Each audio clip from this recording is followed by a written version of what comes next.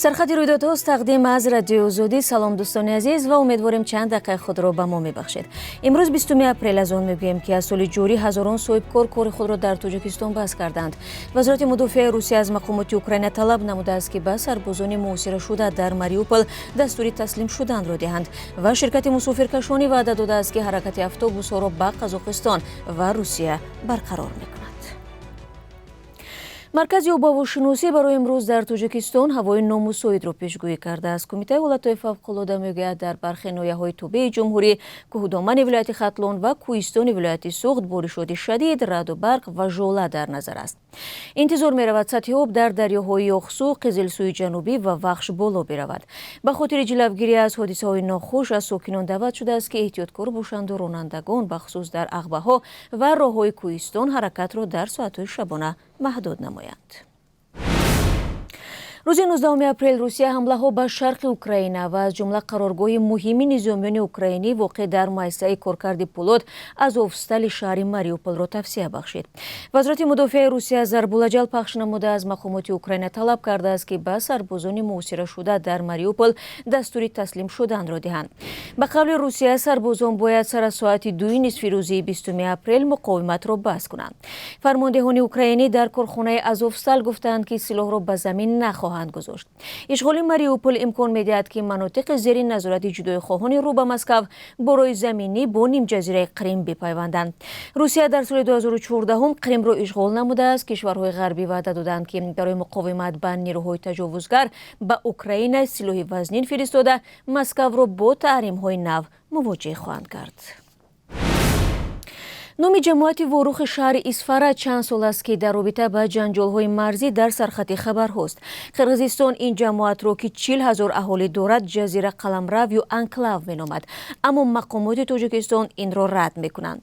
یگانه راه به وروخ فعلا از داخل دهه اقصای قرقیزستان می‌گذرد. خبرنگاران رادیو آزادی ضمن سفر به وروخ از ساکنان پرسیدند که بحث‌های مرزی به زندگیشان چه تاثیر گذاشته است و از حکومت چه می‌خواهند. نظر مردم را می‌توانید بینندگان عزیز 3 ساعت پس در برنامه اخبار آزادی تماشا کنید. دوستان گرامی، بعد آنکه هفته گذشته قزاقستان مرزهای زمینیش را با ازبکستان و روسیه باز کرد، اکثریت شما سوال می‌دید که آیا شهروندان تاجیکستان می‌توانند خود را با ماشین به روسیه رسانند؟ باید گفت در این مسئله پاسخ مسئولان یکسان نیست. وزارت کارهای خارجه تاجیکستان و سفارت این کشور در الماتا میگویند بله چنین امکانیت وجود دارد، ولی سفارت روسیه در تاجیکستان در یک بیانیه گفت که فعلا تنها به یک گروه معین تاجیکان، یعنی آنهایی که پیوندان نزدیکشون شناسنامه روسیه را دارند، نفرانی که برای نگاه بینی خویش بیمارشون میروند و افرادی که شرکت‌دار برنامه پریسیلینی هستند اجازه عبور از مرز داده می شود.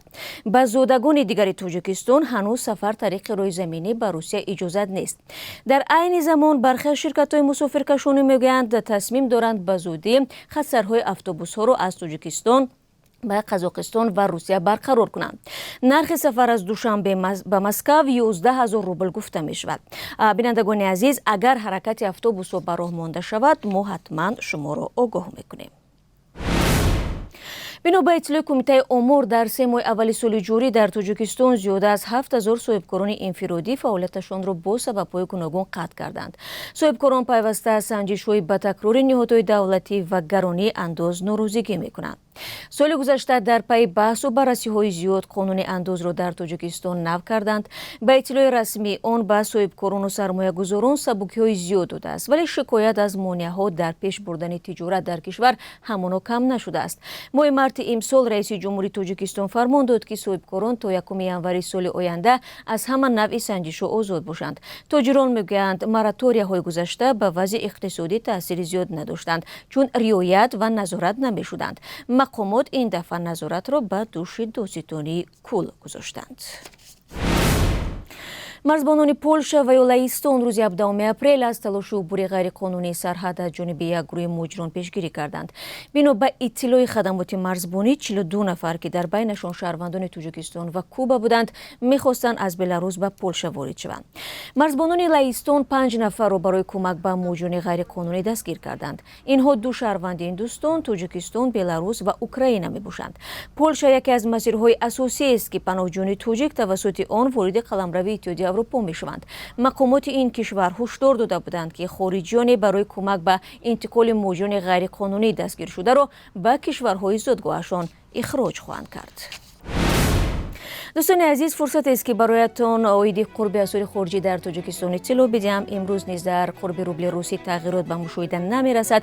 بانک ملی 1000 روبل روسی را بر عوض 154 سومانی و 70 درم پیشنهاد می کند. نرخ $1 12 سومانی و 50 درم و 1 یورو 13 سومانی و 49 درم مقرر شده است.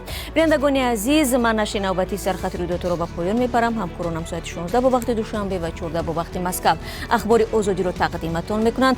ملاقات نوبتی من فردا در همین وقت خواهد بود. خود را احتیاط کنید و خدا نگهدار.